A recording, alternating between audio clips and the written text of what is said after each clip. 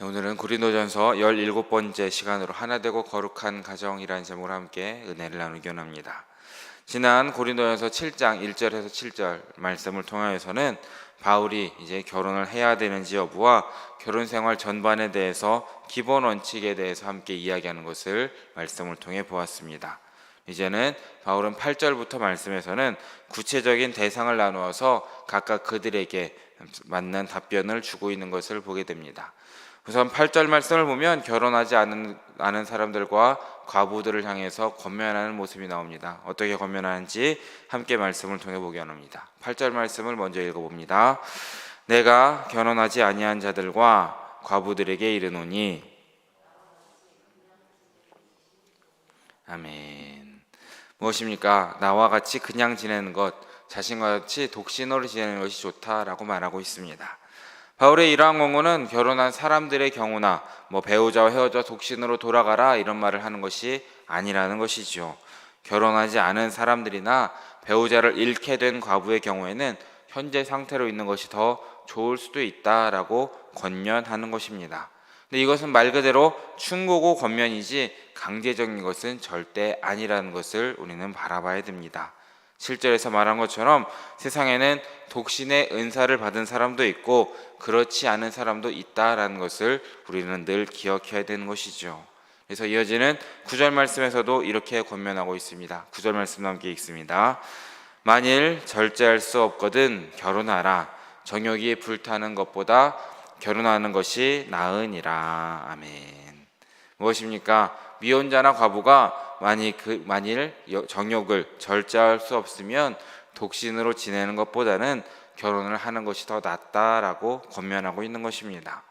내적인 육체의 정욕을 스스로 통제하지 못하는 사람은 독신으로 지내다가 성적인 죄를 지을 경우가 더 많으니까 그것보다는 음란을 저지를 바에는 결혼하는 것이 더 낫다라고 이렇게 권면하고 있다라는 것입니다. 왜입니까? 결혼한다고 해서 결코 죄가 아니고 하나님께 받은 은사대로 살아가면서 독신이든 결혼한 자이든지 각각 처한 상황 가운데 주님께 영광을 돌리는 것이 중요하다라고 사도 바울은 우리에게 권면하고 있는 것입니다. 이 말씀을 기억하시면서 하나님께 영광 돌리는 우리 모두 되시기를 진심으로 바라겠습니다. 8절 9절이 이렇게 미혼자와 과부에게 주는 권면이었다면 10절과 11절 말씀은 혼인한 자들에게 그리스도 안에서 혼인한 자들에게 주는 권면입니다. 우리 10절과 11절의 말씀을 함께 읽어보기 원합니다. 함께 읽습니다. 결혼한 자들에게 내가 명하노니 명하는 자는 내가 아니요 주시라.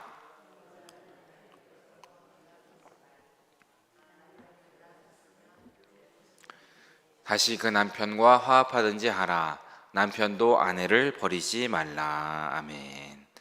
여기서 바울은 성도 간에 서로 결혼한 부부가 이혼하는 문제에 대해서 또 다루고 있는 것을 보게 됩니다.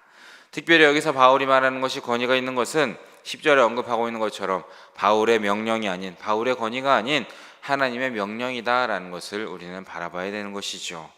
무엇입니까? 성도 간에 결혼한 경우에는 우선적으로 명하는 것은 갈라서지 말라라고 권면하고 있는 것입니다.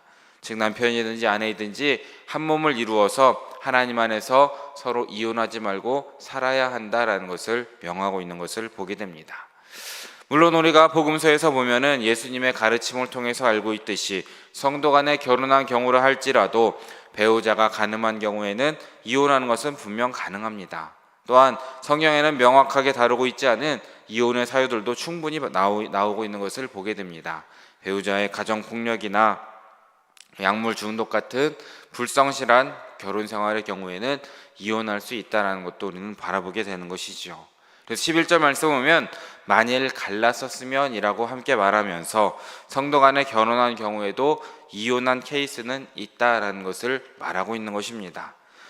여기서 바울은 그리스도인 부부가 함께 결혼한 경우 이혼했을 때에는 다른 사람과는 재혼하지 말고 혼자 지내든가 그렇지 않으면 이혼한 배우자와 화해해서 다시금 돌아가라라는 명령을 보게 되는 것입니다. 하지만 그럼에도 불구하고 가장 중요한 것은 그리스도 안에서 한 몸이 되었을 때는 갈라서지 않는 것이 중요하다라는 것을 기억하시는 우리 모두 되시길 바랍니다. 그래서 우리 모두 예수님의 사랑으로 서로를 사랑하시면서 거룩하고 행복한 가정을 위해 힘쓰시는 성도님들 모두 되시기를 진심으로 바라고 축복합니다.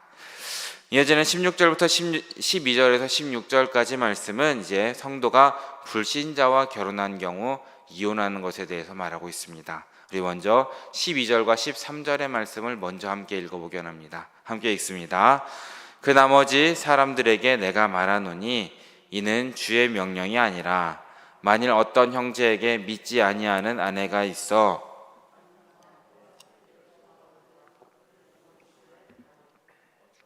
어떤 여자에게 믿지 아니하는 남편이 있어 아내와 함께 살기를 좋아하거든 그 남편을 버리지 말라. 아멘. 먼저 12절 말씀을 보면 바울은 여기서 자신이 말하는 것이 아닌 주님의 명령이 아니라 나의 생각이다 라고 먼저 시작하고 있습니다. 그래서 이 말씀은 과거에는 예수님을 몰랐던 사람이 결혼한 후에 회심을 했는데 상대 배우자는 여전히 불신자로 남아있는 경우에는 어떻게 해야 합니까? 라는 질문에 대한 바울의 답변의 글이라고 볼 수 있는 것입니다. 어떻게 말합니까? 불신자 배우자가 비록 예수 그리스도를 믿거나 개종하는 일이 일어나지 않았다 할지라도 회심을 경험한 배우자와 계속해서 함께 사는 것을 좋아한다면 그를 버리지 말라라고 말하고 있는 것입니다. 우선적으로는 이혼하지 말라라는 것을 권면하고 있는 것이죠. 그 이유가 무엇이겠습니까? 14절에 그 이유가 나와 있습니다. 14절 말씀을 먼저 함께 읽어보기 원합니다. 함께 읽습니다. 믿지 아니하는 남편이 아내로 말미암아 거룩하게 되고 믿지 아니하는 아내가 남편으로 말미암아 거룩하게 되나니 그렇지 아니하면 너희 자녀도 깨끗하지 못하니라. 그러나 이제 거룩하니라. 아멘. 무엇입니까? 믿는 배우자와 결혼한 믿지 않는 사람이 자신의 남편 혹은 아내의 믿음을 따라서 거듭나는 역사가 일어날 수도 있다라는 것을 말하고 있는 것입니다. 사실 이 당시 고린도 교회 성도들은 그리스도인들끼리만의 결혼만이 허용된다라고 믿었으면서 불신자와의 결혼은 금지되어야 되고 불신자와 결혼한 경우에는 이혼하는 것이 맞다라는 이런 이해가 팽배해 있었다고 합니다. 왜냐하면 불신자 배우자에 대해서 믿는 배우자가 세상죄에 더럽혀지거나 부정한 생활을 할 것이다 라고 생각을 했고 그들 사이에 생긴 자녀들 역시도 부정하다라고 생각했다라는 것입니다. 하지만 바울의 견해는 완전히 다르다는 것입니다. 바울은 오히려 예수님을 믿는 그리스도인과 결혼한 불신자가 배우자로 인하여서 구원을 얻을 수 있는 역사가 일어날 수도 있다라고 말하고 있는 것이죠. 그래서 그들의 자녀 역시도 예수님을 함께 믿음으로 죄사함을 받는 역사가 거룩하게 되는 역사가 그 가정 가운데 일어날 수 있기 때문에 이혼하지 말고 함께 살아야 한다라고 권면하고 있는 것입니다. 무엇입니까? 가정에 있는 한 사람으로 한 사람의 그리스도인을 통하여서 온 가족 전체가 예수 그리스도께로 인도하는 역사가 있다라는 것을 바울은 기대하고 이렇게 권면하고 있다라는 것을 우리는 바라봐야 되는 것입니다. 사랑하는 여러분, 이 땅 가운데 부부로 한 몸이 되어서 함께 살아가는데 다른 한편이 신앙을 갖지 않아 구원을 받지 못하게 된다면 얼마나 슬프고 안타까운 일이겠습니까? 그러기에 불신 배우자를 둔 성도님들께서는 무엇보다도 배우자가 복음을 받아들이도록 힘쓰시는 우리 모두 되시기를 진심으로 바라겠습니다. 그러므로 주 안에서 화평하고 행복한 가정 이루시는 우리 모두 되시기를 진심으로 바라겠습니다. 그러나 만일 이제 불신자 배우자가 그리스도인이 된 배우자를 싫어하여서 그와 이혼하기를 바라는 경우도 있다고 합니다. 그 말씀은 15절에 나와 있습니다. 함께 읽어봅니다. 혹 믿지 아니하는 자가 갈리거든 갈리게 하라. 형제나 자매나 이런 일에 구애될 것이 없느니라. 아멘. 불신자 배우자가 그리스도인이 된 배우자를 싫어하여 이혼하기를 바라는 경우라면 갈라지라 라고 말하고 있습니다. 믿는 형제나 자매가 이런 것에 구애될 일이 없다라는 것입니다. 그리스도인들이 불신자와 함께 살면서 죄와 멍에를 지면서 하나님으로부터 멀어지는 삶에 매여 있을 바에는 이런 것에서 벗어나라 라고 말하고 있는 것이죠. 바울은 예수님을 믿는 그리스도인들이 이러한 문제에 구애될 필요가 없다라고 권면하고 있는 것입니다. 하지만 15절 마지막 부분에선 뭐라고 말합니까? 하나님은 화평 가운데 너희를 부르셨다라고 말하고 있는 것을 우리는 보게 됩니다. 다시 말하면 무엇이겠습니까? 하나님께서 우리가 사람들과 화합하여 평안을 누리면서 살아가는 삶을 위해서 부르셨으니까 가능하면 이혼하지 말고 결혼 상태를 화평 가운데 유지하도록 노력하라라는 의미가 된다라는 것입니다. 또한 마지막 16절 말씀에서도 이렇게 마지막 희망적인 질문으로 말씀을 마치게 됩니다. 우리 16절 말씀을 함께 읽어봅니다. 아내된 자여 내가 남편을 구원하는지 어찌 알 수 있으며 남편된 자여 내가 내 아내를 구원하는지 어찌 알 수 있으리요. 아멘. 이 말씀은 15절에 이어지는 말씀으로 희망적인 질문을 하고 있는 것을 보게 됩니다. 남편이나 아내가 불신자라는 사실 때문에 가정을 깨고 이혼하는 것을 당연시할 것이 아니라 가급적이면 가정을 유지하고 모든 수단을 동원해서 불신자로 하여금 자기의 배우자로 하여금 예수 그리스도를 믿게 도와주고 구원을 받는 자가 되도록 권면해야 한다라는 것을 말하고 있는 것입니다. 할 수 있다면 이혼이라는 극단적인 결과를 가져오지 말고 주님 안에서 행복하고 화평하고 거룩한 가정을 위해서 노력해야 된다라는 것을 바울은 권면하고 있다라는 것입니다. 사랑하는 여러분, 혹시 우리 가정 가운데 아직 극복하지 못한 갈등이 있진 않으신지요? 바울은 이 불신자 배우자나 자녀들을 구원할 수 있도록 최선을 다해 노력해야 한다라고 우리에게 권면하고 있는 것을 바라보게 됩니다.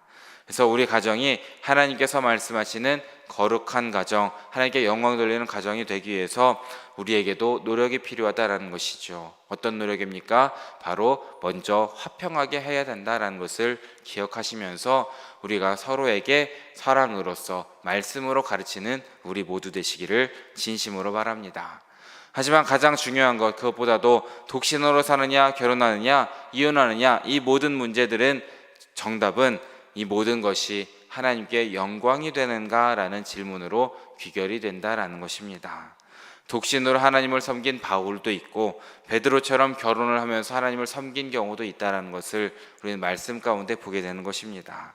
둘 다 하나님께서 주신 귀한 은사라는 것입니다. 모든 것을 통해서 무엇이 중요합니까?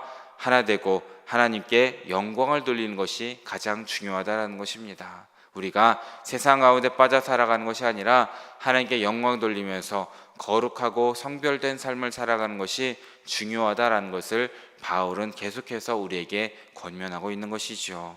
그러기에 사랑하는 우리 성도님들도 오늘 말씀을 마음판에 새기시면서 우리의 삶의 모든 선택을 통하여서 하나님께서 기뻐하시고 하나님께 영광 돌리면서 거룩하고 복된 가정을 이뤄가시는 우리 사랑하는 우리 성도님들 모두 되시기를 진심으로 바라고 축원합니다.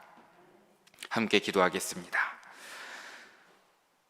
사랑해 주님 너무나 감사합니다. 오늘 새벽에도 잊지 않고 나와서 주님께 예배하고 말씀을 들을 수 있도록 우리와 함께하여 주심에 너무나 감사드립니다.